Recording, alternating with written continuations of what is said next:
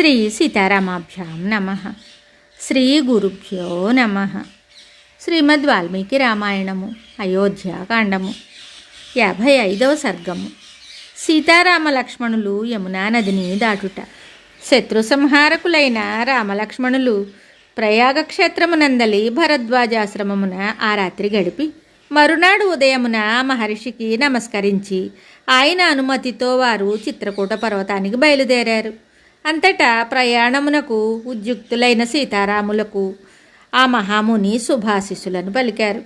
అనంతరము ఆ ముని తండ్రి కుమారులను వలె వారిని కొంత దూరము అనుసరించి వెళ్ళవలసిన మార్గములను గురించి తీసుకోవలసిన జాగ్రత్తలను గురించి వారికి తెలిపారు. తరువాత మిక్కిలి తేజోమూర్తి అయిన భరద్వాజ మహర్షి సత్యపరాక్రముడైన శ్రీరామునితోటి ఇలా చెప్పసాగారు. ఓ నరశ్రేష్ఠులారా, గంగా యమునా సంగమ ప్రదేశమునకు చేరి అచ్చటి నుండి పశ్చిమాభిముఖులై యమునా నదీ తీరమును అనుసరించి ప్రయాణం చెయ్యండి. ఓ రామలక్ష్మణులారా, వేగముగా ప్రవహించునట్టి ఆ యమునకు చేరి ఆ నదీ తీరమున జనులందరూ సంచరించునట్టి ప్రాచీనమైన తీర్థము రేవును చూడండి. జనుల అడుగుజాడలను బట్టి ఆ రేవును గుర్తించండి. ఒక తెప్పను సిద్ధపరచుకొని దాని ద్వారా ఆ యమునా నదిని దాటండి. ఆ యమునకు ఆవలి తీరమున శ్యామము అను పేరుగల ఒక మర్రి చెట్టు గలదు. పచ్చని ఆకులు కలిగి ఏపుగా పెరిగిన ఆ చెట్టు చుట్టూను ఎన్నో వృక్షాలు ఉన్నాయి. ఆ వృక్షఛాయలో చాలామంది సిద్ధులు నివసిస్తూ ఉంటారు. సీతాదేవి ఆ వృక్షమునకు నమస్కరించి శుభాశిస్సులను పొందవలెను. ఆ వృక్ష సమీపానికి చేరిన తరువాత మీరు అక్కడ కొంత తడ ఉండి సేద తీర్చుకొని వచ్చును. లేదా మీరు అక్కడ నుండి ఒక క్రోసెడు దూరం వెళ్ళినచో నల్లని ఒక దట్టమైన అడవి వస్తుంది. ఆ అరణ్యము మోదుగు, అందుగు, రేగు చెట్లతో నిండి ఉంటుంది. యమునా నదీ తీరమున గల వెదుళ్ల పొదలతో అది రమణీయంగా ఉంటుంది. అచ్చటి నుండి చిత్రకూటము చేరుటకు చక్కని మార్గం ఉంది. ఆ దారిలో నేను చాలా పర్యాయములు ప్రయాణం చేసి ఉన్నాను. ఆ మార్గము మెత్తని ఇసుక కలదై ప్రయాణమునకు అనువుగా ఉంటుంది. చూచుటకు అందముగాను ఉంటుంది. ఆ దారిలో దావాగ్ని బాధలుండవు. ఇట్లు మార్గనిర్దేశము చేసి ఆ మహర్షి వెనుకకు మరలుటకై ఆగాడు.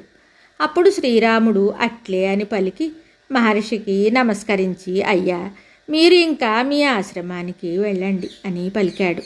ఆ మహర్షి ఆశ్రమాభిముఖంగా తిరిగి వెళ్ళిన తరువాత శ్రీరాముడు లక్ష్మణునితోటి ఇలా అన్నాడు. ఓ సౌమిత్రి, మనము ఆ మహర్షి దయకు పాత్రులమై కృతార్థులమయ్యాము. ఈ విధంగా మాట్లాడుచు నరశ్రేష్ఠులు మహాత్ములు అయిన ఆ రామలక్ష్మణులు ముందు సీతాదేవి నడుస్తూ ఉండగా యమునా నదీ తీరానికి చేరారు. మిక్కిలి వేగంగా ప్రవహించుచున్న యమునా నదీ తీరానికి చేరిన తరువాత ఈ నదిని దాటుట ఎట్లు అని వారు ఆలోచనలో పడ్డారు. అంతటా రామలక్ష్మణులు ఎండిన వెదురు కర్రలను పరిచి వట్టివేళ్ల తడకలతో చేర్చి ఆ కర్రలతో ఒక తెప్పను సిద్ధపరిచారు. తరువాత శక్తిమంతుడైన లక్ష్మణుడు నీటి ప్రబ్బలి కొమ్మలను, నేరేడు కొమ్మలను విరిచి తెచ్చి సీతాదేవికై ఒక చక్కని ఆసనాన్ని ఏర్పాటు చేశాడు. లక్ష్మీదేవి వలె అద్భుత సౌందర్యవతియు కొద్దిగా బిడియపడుచున్నదియు తనకు ఇష్టురాలును అయిన ఆ సీతాదేవిని శ్రీరాముడు ఆ తెప్ప మీదికి చేర్చాడు. తరువాత శ్రీరాముడు సీతాదేవికి పార్శ్వభాగమున ఆమె వస్త్రాభరణములను, పలుగు గంపలను, ఆయుధములను తెప్ప మీదికి చేర్చాడు. తరువాత వీరులైన ఆ రామలక్ష్మణులు తెప్పను గట్టిగా పట్టుకొని మొదట సీతాదేవిని ఎక్కించి తరువాత తాము ఎక్కి సావధానముగా తెప్పను నడుపుతూ ఆ నదిని దాటారు. ఆ తెప్ప యమునా నది మధ్య భాగమునకు చేరగానే సీతాదేవి ఆ నదికి నమస్కరించి ఇలా ప్రార్థించింది. ఓ దేవి, నీ ప్రవాహమును దాటుతున్నాము. ఎల్లరకును మంగళమగుగాక. నీ అనుగ్రహంతో నా పతిదేవుని వనవాస దీక్ష నిర్విఘ్నముగా పూర్తి అగుగాక.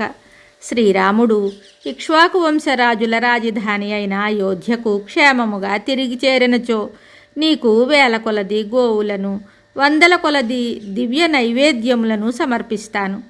సుందరీమణి అయిన సీతాదేవి అంజలి ఘటించి నదీమ తల్లిని ప్రార్థిస్తూ ఆవలి తీరమునకు చేరింది. అంతటా వారు తరంగములతో పరవళ్ళు త్రొక్కుచూ ప్రవహిస్తున్న యమునా నదిని ఆ తెప్ప సహాయంతో దాటారు. ఆ నదీ తీరమున నానా విధములకు వృక్షములు శోభిల్లుతూ ఉన్నాయి. ఆ నదిని దాటిన తరువాత వారు ఆ తెప్పను విడిచి యమునా తీరవనము మీదుగా ప్రయాణం చేసి పచ్చని ఆకులతో చల్లని నీడలతో విలసిల్లుచున్న ఒక నల్లని మర్రి చెట్టు దగ్గరికి చేరారు. ఆ వృక్షం క్రిందికి చేరిన తరువాత సీతాదేవి ఆ వృక్షాన్ని ఇలా ప్రార్థించింది. ఓ వృక్షరాజమా, నీకు నమస్కారము. నీ చలువతో నా భర్త యొక్క వనవాస వ్రతము నిరంతరాయముగా పూర్తియగుగాక. అనంతరము మిక్కిలి పేరు ప్రతిష్టలు గల కౌసల్యాదేవిని సుమిత్రాదేవిని మేము దర్శిస్తాము అని సీతాదేవి కృతాంజలి అయి ఆ మహావృక్షమునకు ప్రదక్షిణం చేసింది. తనకు ప్రాణతుల్యయు విధేయురాలును లోకపూజ్యురాలును అయిన సీతాదేవి వృక్షరాజమునకు తన మనోరథమును నివేదించుచుండగా చూసి శ్రీరాముడు లక్ష్మణునితోటి ఇలా అంటున్నాడు. ఓ నరశ్రేష్ఠ లక్ష్మణ, నీవు సాయుధుడవై సీతాదేవికి ముందు భాగమున నడుస్తూ ఉండుము. ఆమె వెనుక ధనుర్ధారినై నేను వస్తూ ఉంటాను. సీతాదేవి కోరిక మేరకు ఫలములను పుష్పములను ఆమె మనసు పడిన తదితర వస్తువులను ఆమెకు సమకూర్చవలెను. అలా వెళుచున్న రామలక్ష్మణులకు మధ్యనున్న జానకి 2 మదగజముల నడుమనున్న ఆడు ఏనుగు వలె శోభిల్లుతూ ఉంది.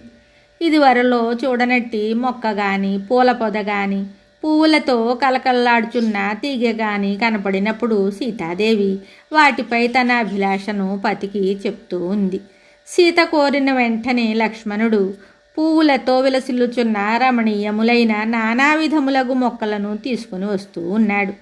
జనక మహారాజు కూతురగు ఆ సీతాదేవి చక్కని ఇసుక తిన్నెలతో జలములతో విలసిల్లుచు హంసల బెగ్గురు పక్షుల కలరవములతో ఒప్పారుచున్న ఆ యమునా నదిని చూసి మిగుల ఆనందించింది. సోదరులైన ఆ రామలక్ష్మణులు అచ్చటి నుండి ఒక క్రోషెడు దూరం వెళ్ళి ఆ ప్రదేశమున పవిత్రములైన అశ్వకందములను మధురములైన ఫలమూలములను సేకరించి యమునా నదీ తీరమున వాటిని భక్షించారు. తరువాత వారు నెమళ్ల గుంపుల మధుర నాదములతోడను వానరముల గజముల సంచారములతోడను ఒప్పుచున్న సుందరవన ప్రదేశమున విహరించారు. తరువాత యమునా నదీ తీరమున ఒక సమతల ప్రదేశానికి చేరి అందరికిని సమ్మతమగుటచేవారు ఏమాత్రము దైన్యము లేని వారై అక్కడ నివసించారు. వాల్మీకి మహర్షి విరచితమై ఆదికావ్యమైన శ్రీమద్ రామాయణమునందలి అయోధ్యాకాండమునందు 55వ సర్గము సంపూర్ణం. శుభం.